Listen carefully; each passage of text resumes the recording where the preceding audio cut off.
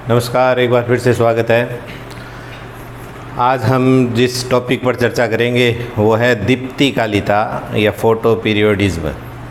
दीप्तिकालिता, अब तक इस चैप्टर में हमने पादप वृद्धि के कॉन्सेप्ट को पढ़ा। विभिन्न वृद्धि नियामक पदार्थ जिनको प्लांट ग्रोथ रेगुलेटर्स या पादप हार्मोन कहते हैं उनके बारे में अध्ययन किया। अब हम लोग एक अति महत्वपूर्ण टॉपिक पर चर्चा करेंगे जो है दीप्तिकालिता। दीप्तिकालिता या फोटो पीरियोडिज्म का अर्थ ये है कि बहुत सारे पादप ऐसे हैं जिनमें पुष्पन प्रकाश की अवधि पर निर्भर करता है। पुष्पन की क्रिया प्रकाश की अवधि पर निर्भर करता है कि कितनी देर तक उनको प्रकाश मिला है। इसके आधार पर यह तय होता है कि उनमें कायिक वृद्धि समाप्त होकर लैंगिक वृद्धि यानी पुष्प लगना प्रारंभ होते हैं। उस पर चर्चा करते हैं। तो कैसे खोज हुई इसकी, इस कॉन्सेप्ट की, उसको देखते हैं हम लोग। सबसे पहले परिभाषा देखते हैं। ये गार्डनर और एलार्ड नाम के वैज्ञानिक, इन्होंने इस टर्म को दिया। गार्डनर और एलार्ड फोटो पीरियोडिज्म या दीप्तिकालिता शब्द का प्रतिपादन इनके द्वारा किया। इन्होंने कहा कि the length of the day which is favourable to the flowering of the plant, कि दिन की अवधि जो कि पक्ष में होती है पादपों में पुष्पन के लिए, and the response of the plant, और पादप का प्रतिक्रिया to the expected length of the day is called photoperiodism, कि जो दिन की अवधि के प्रति व्यक्तिगत पादप की अनुक्रिया को दीप्तिकालिता कहते हैं। एंड दो चीज़ें हो गई इसमें। एक तो दिन की अवधि या दिन की लंबाई जो पादपों में पुष्पन को प्रेरित करती है, और व्यक्तिगत पादप की दिन की लंबाई के प्रति अनुक्रिया को दीप्तिकालिता कहते हैं। इन्होंने गार्डनर और एलार्ड ने तंबाकू की एक लंबी प्रजाति जिसको मैरीलैंड मेमथ कहते हैं उन पर इन्होंने अनुसंधान किया और देखा कि जब इनको इस तंबाकू की इस विशिष्ट प्रजाति को बसंत ऋतु में उगाते हैं। बसंत ऋतु मतलब फरवरी मार्च, उसके बाद ग्रीष्म ऋतु प्रारंभ होती है। तो ग्रीष्म ऋतु में पादप की लंबाई बढ़ती जाती है लेकिन उनमें पुष्पन नहीं होता। जबकि इसी मैरीलैंड मेमथ की प्रजाति को या तंबाकू की इसी विशिष्ट प्रजाति को ग्रीन हाउस में उन्होंने शरद ऋतु में उगाया। शरद ऋतु यानी ऑटम यानी अक्टूबर नवंबर में उगाया, और उन छोटे छोटे पादपों को एक बार सुरक्षित रखा, और उन छोटे पादपों को बाद में खेतों में या ग्रीन हाउस के बाहर बसंत ऋतु में उगाया। बसंत ऋतु में फिर उनको बोया, उनको ट्रांसफ़र किया ग्रीन हाउस से। तो देखा कि ग्रीष्म काल में समय से पूर्व यानी जब सीधे ही बसंत में उगाया था उन्होंने, तो ग्रीष्म ऋतु में लंबे होते गए, पुष्प नहीं लगे थे, लेकिन अब उनमें पुष्प जल्दी लग गए। तो इसका कारण की व्याख्या करने के लिए उन्होंने फिर से प्रयोग किए, और उन्होंने अब क्या किया कि उनको वापस बसंत ऋतु में नई किस्मों को उगाया अगले साल। और बसंत ऋतु में जब उगता है सीधे ही, तो हमने देखा ग्रीष्म ऋतु में लंबे होते जाते हैं परंतु उनमें पुष्प नहीं लगते हैं। तो उन्होंने क्या किया कि शाम होते ही उनकी पत्तियों को ढक देते थे काले कपड़ों से, पौधे को ढक देते थे शाम होते ही, 4-5 बजे के बाद में ढक देते थे। तो पौधा बहुत लंबा नहीं हुआ उससे पहले ही उसमें फूल लगने प्रारंभ हो गए। यानी कृत्रिम रूप से उन्होंने दिन को छोटा कर दिया। ऐसे ही शरद ऋतु में इनको उगाया और कृत्रिम प्रकाश दी, अंधकार। शरद ऋतु अक्टूबर नवंबर, उसके बाद शीत ऋतु आती है। शीत ऋतु में दिन छोटे होते हैं, तो कृत्रिम लाइट जैसे फ्लड लाइट्स वगैरह जो है या मरकरी वगैरह लगा के कृत्रिम प्रकाश दिया, तो वो लंबे होते गए और उनमें पुष्पन हुआ नहीं। इसका मतलब उस तंबाकू के पादप में पुष्प लगना दिन की लंबाई पर निर्भर कर रहा था, और तंबाकू की वह प्रजाति छोटी अवधि के दिन मिलने पर ही पुष्प करती है, पुष्पन होता है। एक और वैज्ञानिक ने इसको परिभाषित किया है, हिलमैन ने। The response of plants towards the intervals of light and dark periods is called photoperiodism. कि पादप की प्रतिक्रिया किसके प्रति? प्रकाश और अंधकार अवधियों के अंतरालों के प्रति अनुक्रिया को फोटोपीरियोडिज्म यानी दीप्तिकालिता कहते हैं। ठीक है, प्रकाश और अंधकारों के प्रति पादप की अनुक्रिया को फोटोपीरियोडिज्म कहते हैं। अब इस आधार पर अलग अलग पौधों पर अनुसंधान किए, गार्डनर एलार्ड ने भी किए और अन्य फिर वैज्ञानिकों ने भी किए, और उन्होंने इसके आधार पर दीप्तिकालिता के आधार पर पादपों की 3 श्रेणियां बनाई। Classification of plants on the basis of photoperiodism, कि दीप्तिकालिता के आधार पर पादपों का वर्गीकरण 3 प्रकार के बनाए। सबसे पहले शॉर्ट डे प्लांट्स, SDP बोलते हैं इसको, शॉर्ट डे प्लांट्स, SDP। इनको अब छोटा दिन, कुछ वैज्ञानिक कहते हैं कि दिन की अवधि के स्थान पर पुष्पन को अंधकार अवधि ज़्यादा प्रभावित करती है। कुछ ऐसे वैज्ञानिक भी मानते हैं कि दिन की लंबाई की जगह, दिन मतलब लाइट से मतलब है, लाइट अवधि के स्थान पर, प्रकाश की अवधि के स्थान पर अंधकार की अवधि पुष्पन को ज़्यादा प्रभावित करती है। ये कई वैज्ञानिक मानते हैं, इसलिए वो इनको लॉन्ग नाइट प्लांट्स कह दिया। जिनको शॉर्ट डे है, दिन छोटा है, प्रकाश की अवधि छोटी है, तो इसका मतलब अंधकार की अवधि लंबी है।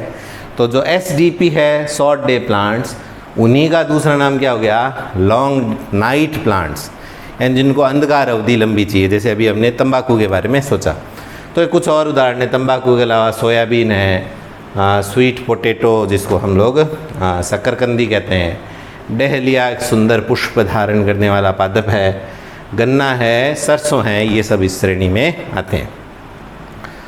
फिर चलते हैं दूसरी श्रेणी, इसका उल्टा, ये शॉर्ट डे प्लांट्स है, तो ये लॉन्ग डे प्लांट्स हो गए, LDP, long day plants.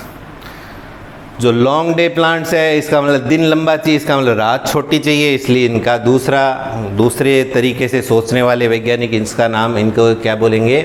Short night plants. ठीक है, शॉर्ट नाइट प्लांट्स, दीर्घ दिवस पादप हिंदी में, और लघु रात्रि पादप ऐसे कह सकते हैं। इनको लघु दिवस पादप, और इसी का अंग्रेजी में, इसी का यदि अंधकार के हिसाब से करें तो दीर्घ रात्रि पादप इनको हिंदी में कहेंगे। तो लंबे दिन वाले पादप है, पालक है, मूली है, चुकंदर है, गेहूं है, गाजर है और आलू वगैरह इसके कुछ उदाहरण हैं। ठीक है, और अंतिम DNP, डे न्यूट्रल प्लांट्स, इसका दूसरा कोई ऑप्शन नहीं है। ये ऐसे पादप है जिनमें पुष्पन प्रकाश पर निर्भर नहीं करता है, यानी भले ही कम अवधि का प्रकाश मिले, भले ही अधिक अवधि का प्रकाश मिले, इनमें पुष्पन होता है। ठीक है, डे न्यूट्रल प्लांट्स ऐसे पादप हैं जिनमें पुष्पन प्रकाश की अवधि पर निर्भर नहीं करता है। ठीक है, इसके उदाहरण हैं टमाटर है, सूरजमुखी, कपास है, मक्का है, मिर्च है, ये सब इसके उदाहरण हैं। अब इनकी परिभाषा क्या कहेंगे शॉर्ट डे प्लांट्स की या लॉन्ग नाइट प्लांट्स की? हम ये कहेंगे कि ऐसे पादप जो एक निश्चित क्रांतिक दीप्तकाल, एक शब्द आएगा निश्चित क्रांतिक दीप्तकाल। ठीक है, एक वैज्ञानिकों ने एक अवधि को मान लिया है कि इतनी अवधि तो होनी चाहिए दिन की। एक निश्चित क्रांतिक दीप्तकाल से कम अवधि का प्रकाश मिलने पर पुष्पन प्रदर्शित करते हैं। ऐसे पादप जो एक निश्चित क्रांतिक दीप्तकाल से कम अवधि का प्रकाश मिलने पर पुष्पन प्रदर्शित करते हैं, उनको SDP कहते हैं। इसी को मैं दूसरे अर्थों में गए, ऐसे पादप जो निश्चित क्रांतिक दीप्तकाल से अधिक अवधि का अंधकार मिलने पर पुष्पन प्रदर्शित करते हैं, उनको कहेंगे LNP। ठीक है, ऐसे ये लॉन्ग डे प्लांट्स, ऐसे पादप जो निश्चित क्रांतिक दीप्तकाल से अधिक अवधि का प्रकाश मिलने पर, अधिक अवधि का प्रकाश मिलने पर अथवा कम अवधि का अंधकार मिलने पर, ठीक है, अधिक अवधि का प्रकाश या कम अवधि का अंधकार मिलने पर पुष्पन प्रदर्शित करते हैं। और DNP या डे न्यूट्रल प्लांट्स को हम कहेंगे ऐसे पादप जो जो पुष्पन हेतु प्रकाश की अवधि पर निर्भर नहीं रहते हैं, जो पुष्पन हेतु प्रकाश की अवधि पर निर्भर नहीं रहते हैं उनको कहेंगे डे न्यूट्रल प्लांट्स। ठीक है, अब कुछ चित्रों के माध्यम से इसको और समझते हैं। ये एनसीईआरटी में दिया गया चित्र है वो है, ये लॉन्ग डे प्लांट को समझाया गया है। ये लाइन जो है ये बताती है क्रिटिकल फोटो पीरियड यानी क्रांतिक दीप्त काल। ये लाइन क्रांतिक दीप्त काल अबव यानी क्रांतिक दीप्त काल से ज़्यादा अवधि का प्रकाश मिला तब इसमें पुष्पन हुआ है, और बिलो मतलब क्रांतिक दीप्त काल से कम अवधि का प्रकाश मिला तो इनमें पुष्पन नहीं हुआ। फूल नहीं दिख रहे हैं इसमें फूल लगा हुआ दिख रहा है। ऐसे शॉर्ट डे प्लांट में ये निश्चित क्रांतिक दीप्त काल ये लाइन हो गई, इससे ज़्यादा अवधि का प्रकाश मिला तो पुष्पन नहीं हुआ, और इस लाइन से कम अवधि का प्रकाश मिला तो इसमें पुष्पन हो गया। तो निश्चित क्रांतिक दीप्त काल से कम अवधि का प्रकाश मिलने पर पुष्पन हुआ, इसलिए ये शॉर्ट डे प्लांट्स। और ये इस पर क्रांतिक दीप्त काल का कोई प्रभाव नहीं है। ठीक है, इसमें तो कायिक वृद्धि के बाद में या कायिक परिपक्वता के पश्चात पुष्पन होता ही है। ठीक है, और चित्र देखते हैं।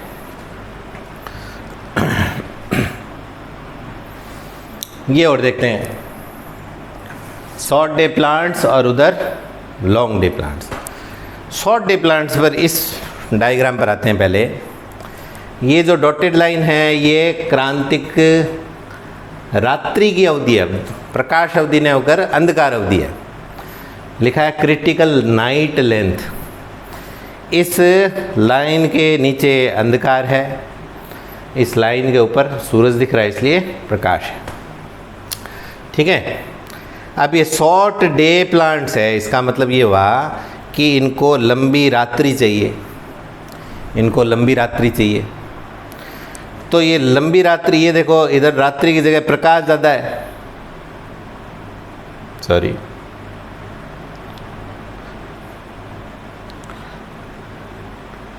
हाँ फिर से देखते हैं इसमें। ये देखो इसमें प्रकाश की अवधि ज़्यादा हो गई, रात्रि की अवधि छोटी है।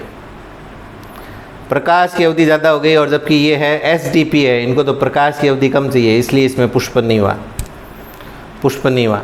जब प्रकाश की अवधि कम थी, अंधकार की अवधि ज़्यादा थी, तब पुष्पन हुआ, तब पुष्पन हुआ। अब ये देखिए अंधकार की अवधि के बीच में अंधकार की अवधि को भंग किया गया है प्रकाश पुंज की सहायता से। प्रकाश पुंज की सहायता से रात्रि को भंग कर दिया थोड़ी देर के लिए। ठीक है, मान लेते हैं रात्रि ये 14 से 16 घंटा की अवधि है, और बीच में 15-20 मिनट ही मात्र प्रकाश की अवधि दे दी, कैसे ही कृत्रिम रूप से। ठीक है, टॉर्च से मरकरी से या फ्लड लाइट से किसी प्रकार से रोशनी दे दी, तो इसमें पुष्पन नहीं हुआ।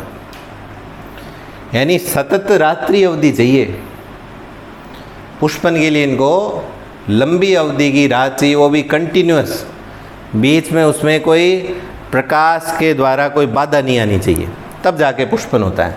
यही चीज़ें एलडीपी में देखते हैं। लॉन्ग डे प्लांट्स, लंबा दिन है पुष्पन हो गया। यहाँ पे देखो लंबा दिन था पुष्पन नहीं हुआ, यहाँ पे लंबा दिन है पुष्पन हो गया। इधर छोटा दिन था, लंबी रात थी, तब पुष्पन हुआ क्योंकि एसडीपी था। इसमें छोटा दिन लंबी रात इसलिए पुष्पन नहीं हुआ क्योंकि ये एलडीपी है, लॉन्ग डे प्लांट्स है, लंबा दिन चाहिए, लंबे दिन में पुष्पन हो गया। अब लंबी रात में पुष्पन नहीं हो रहा था, लेकिन उस लंबी रात को भंग कर दिया प्रकाश देकर। बीच में ये पीली पट्टी दिख रही है, तो पुष्पन हो गया, तो पुष्पन हो गया। इसी आधार पर वैज्ञानिक कहते हैं कि ये जो दीप्तकालिता है ये वास्तव में अंधकार अवधि पर निर्भर करती है, न कि प्रकाश की अवधि पर।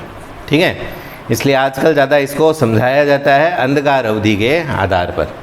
ठीक है, यहाँ पे भी हमने देखा ये पादप था शॉर्ट डे प्लांट, छोटी अवधि में पुष्पन हो रहा था, है ना, और ये लंबी अंधकार के कारण से भी पुष्पन हो रहा था, लेकिन इस लंबी अंधकार अवधि में हमने प्रकाश दे दिया, पुष्पन नहीं हुआ। ये विपरीत था। लंबी रात पर पुष्पन नहीं होता, लेकिन लंबी रात को भंग कर दिया प्रकाश पुंज की सहायता से, तो इसमें पुष्पन हो गया। एक और डायग्राम देखते हैं।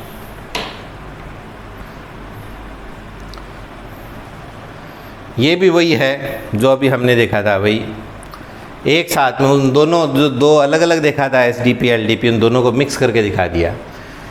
ये पूरा शॉर्ट डे प्लांट्स है, ये पूरे LDP है। ये SDP छोटी अवधि के दिन मिलने पर प्रकाश करते हैं या लंबी रात मिलने पर प्रकाश करते हैं, और ये लंबा दिन मिलना या छोटी रात्रि में पुष्पन करते हैं, सॉरी, है ना। तो ये हम देखते हैं, ये अंधकार ब्लू से दिखाया गया और येलो कलर से दिखाया गया है प्रकाश को, है ना। लंबा दिन है, लिखा हुआ है लंबा दिन। लंबा दिन है तो LDP में पुष्पन हो गया और SDP में पुष्पन नहीं हुआ। ये उल्टा कर दिया, लंबी रात कर दी, छोटा दिन कर दिया। छोटा दिन कर दिया तो SDP में पुष्पन हो गया, LDP में पुष्पन नहीं हुआ। अब इसी को है, इसी में इस लंबी रात को भंग कर दिया प्रकाश पुंज देकर। इंटरप्टेड नाइट लिखा है, रात्रि में व्यवधान डाल दिया गया है, तो उल्टा हो गया। देखो, सतत लंबी रात्रि थी तो SDP में पुष्पन हो रहा था, लेकिन अब असतत रात्रि है, भंग हुई रात्रि है, तो SDP में पुष्पन नहीं हुआ और LDP में पुष्पन हो गया, जबकि सतत रात्रि होती है तब LDP में पुष्पन नहीं होता है ना। यानी अंधकार अवधि को भंग करके पुष्पन को परिवर्तित किया जा सकता है, SDP LDP में परिवर्तन लाया जा सकता है।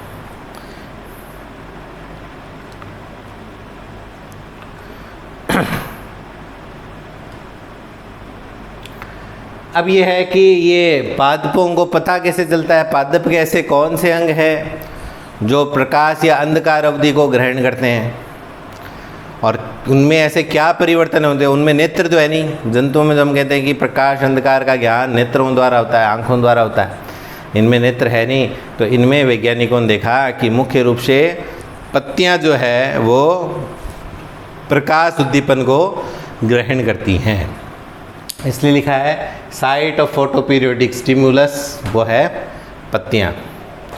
ठीक है, अब इसकी कार्य प्रणाली समझते हैं कि ये होता कैसे, ऐसे क्या परिवर्तन होता है पादपों में जिसके कारण से पुष्पन अंधकार में हो जाता है। कईयों में लंबे अंधकार में किसी में पुष्पन होता है, किसी में छोटे अंधकार में पुष्पन होता है। तो ऐसा प्रक्रिया क्या है, इस संबंध में दो मत प्रचलित है, बारी बारी से देखते हैं। पहला तो है फ्लोरिजन हाइपोथेसिस। अब हाइपोथेसिस का अर्थ पहले भी बताया मैंने, हिंदी में परिकल्पना बोलते हैं, फ्लोरिजन परिकल्पना। परिकल्पना नाम से ही कल्पना आ गया साथ में, कल्पना मतलब कोई चीज़ का हम कोई वैज्ञानिक आधार नहीं, इसका ठोस प्रयोग नहीं है, वैज्ञानिक आधार नहीं है, किसी ने ऐसे कल्पना कर दी कि ऐसा ऐसा होना चाहिए, ऐसा ऐसा होता होगा। इसलिए वैसे ही हाइपोथेसिस जितनी भी होती है लगभग सब की सब गलत होती हैं, तो ये भी गलत ही है। ये मानते हैं कि एक विशिष्ट प्रकाश अवधि में फ्लोरिजन हार्मोन बनता है पत्तियों में, फ्लोरिजन हार्मोन बनता है पत्तियों में, और ये फ्लोरिजन हार्मोन ही पुष्पन को प्रेरित करता है। फ्लोरिजन हार्मोन एक काल्पनिक हार्मोन है, हाइपोथेटिक हार्मोन है, जिसका पृथक्करण किसी भी पादप से अभी तक नहीं हुआ है, लेकिन अभी भी वैज्ञानिक मानते हैं कि पुष्पन के लिए फ्लोरिजन हार्मोन उत्तरदायी होता है। ठीक है, तो ये जब हार्मोन ही नहीं मिला पुष्पों में फ्लोरिजन प्रकार का, तो फिर इससे परिकल्पना का कोई औचित्य नहीं है। थोड़ा सा और विवरण किताब में दिया गया है कि इस फ्लोरिजन हार्मोन के दो भाग दो मुख्य अवयव है, एक तो जिबरेलिन जिसके बारे में हम लोग पढ़ चुके हैं, और एक है एंथ्रेसिन्स। ठीक है, और ये एक दूसरे में इंटरचेंजेबल होते हैं कि एंथ्रेसिन्स जो है वो एक प्रकार के पादपों में पुष्पन के लिए प्रेरित करते हैं और जिबरेलिन दूसरे प्रकार के पादपों में पुष्पन को प्रेरित करते हैं। हालांकि एंथ्रेसिन्स भी की भी ये पृथक्करण नहीं हुआ है किसी में, ठीक है, इसलिए इस पर ज़्यादा डिटेल नहीं चलते हैं। इससे ज़्यादा जो प्रचलित सिद्धांत है वो है फाइटोक्रोम थ्योरी। फाइटोक्रोम थ्योरी मतलब कोई सिद्धांत है, मत है। फाइटो शब्द आता है पादपों के लिए, क्रोम शब्द आता है रंग के लिए, क्रोम शब्द आता है रंग के लिए। रंग है तो इसका मतलब कोई वर्णक है, कोई वर्णक है, ठीक है। A light receptor pigment name phytochrome is found in the tissues of the leaves of plant, कि पादपों की पत्तियों में एक प्रकाश को ग्रहण करने वाला वर्णक पाया जाता है जिसको फाइटोक्रोम कहते हैं। तो फाइटोक्रोम प्रकाश को ग्रहण करने वाला वर्णक है जो पादप की पत्तियों के उत्तकों में पाया जाता है। ये फाइटोक्रोम दो इंटरचेंजेबल रूपों में पाया जाता है। इंटरचेंजेबल मतलब एक रूप दूसरे में परिवर्तित होगा, दूसरा वापस पहले में, एक दूसरे में अंतर परिवर्तनीय रूपों में पाया जाता है, ठीक है। This pigment is found in 2 interchangeable forms, 2 रूपों में पाया जाता है। PFR जिसको P730 भी बोलते हैं, पूरा नाम पिगमेंट फार रेड से आया है, और इसको कहें तो ये मान लेते हैं ये जो वर्णक है वो, ये रूप जो है वो 730 नैनोमीटर का प्रकाश अवशोषित करता है। 730 नैनोमीटर का प्रकाश दूरस्थ लाल रंग का प्रकाश हो गया। और दूसरा इसका रूप है वो PR कहलाता है, रेड से R आया है, और FR आया है फार रेड से, लाल रंग का प्रकाश जो कि 660 नैनोमीटर के प्रकाश को अवशोषित करता है। ये दोनों रूप एक दूसरे में इंटरचेंजेबल है, ठीक है। अब इसमें एक और देखते हैं।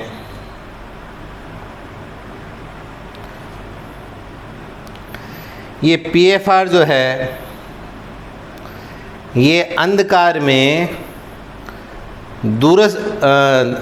में 730 नैनोमीटर के प्रकाश को अवशोषित कर PR रूप में परिवर्तित हो जाता है, PR में, ठीक है। PR जो है वो SDP में पुष्पन हेतु कार्य करता है, एंड जितना ज़्यादा PR संचित होगा या P660 संचित होगा वो SDP को पुष्पन के लिए प्रेरित करेगा। तो रात्रि में PR रूप ज़्यादा बनता है, ठीक है। PFR कन्वर्ट हो गया PR में, और यही PR दिन में 660 नैनोमीटर के प्रकाश को अवशोषित करके PFR में संचित हो जाता है। तो दिन में PFR ज़्यादा रहता है। PFR LDP में पुष्पन को प्रेरित करता है। तो दिन लंबा होगा तो PFR ज़्यादा रहेगा और कम रहेगा, PR का रूप कम रहेगा। तो PFR ज़्यादा रहेगा तो ये LDP में पुष्पन को प्रेरित करेगा और SDP में पुष्पन को रोकेगा, ठीक है। और रात्रि में PR ज़्यादा होगा तो PR रूप SDP में पुष्पन को प्रेरित करेगा और LDP में पुष्पन को रोकेगा। तो ये रूप एक दूसरे में इंटरचेंजेबल है। PFR PR में बदल जाता है रात्रि में, और प्रकाश की उपस्थिति में या दिन में PR PFR में कन्वर्ट हो जाता है। तो ये पूरी आपको व्याख्या करके मैंने फोटो पीरियोडिज्म के बारे में आपको समझाया है। विश्वास है कि आपको ये कॉन्सेप्ट समझ में आ गया होगा। अब इस चैप्टर में 4 छोटे छोटे कॉन्सेप्ट्स और हैं। एक है डोरमेंसी, प्रसुप्तावस्था, एक है वर्नलाइजेशन जिसको वसंतीकरण कहते हैं, और एक है विलगन, और एक है जीर्णता। ये 4 टॉपिक है। इनको अगले वीडियो में हम किताब की सहायता से आपको समझाएंगे। ये छोटे छोटे कई सारे पॉइंट्स हैं उसमें, तो वो इस स्लाइड्स की तुलना में आपको किताब, इस बड़ी स्क्रीन में आपको किताब की सहायता से उस पर व्याख्या करेंगे और समझेंगे। और जब वो अगले वीडियो जब हो जाएगा तब अपने 3 यूनिट पूर्ण हो जाएंगे। ठीक है, बहुत बहुत धन्यवाद।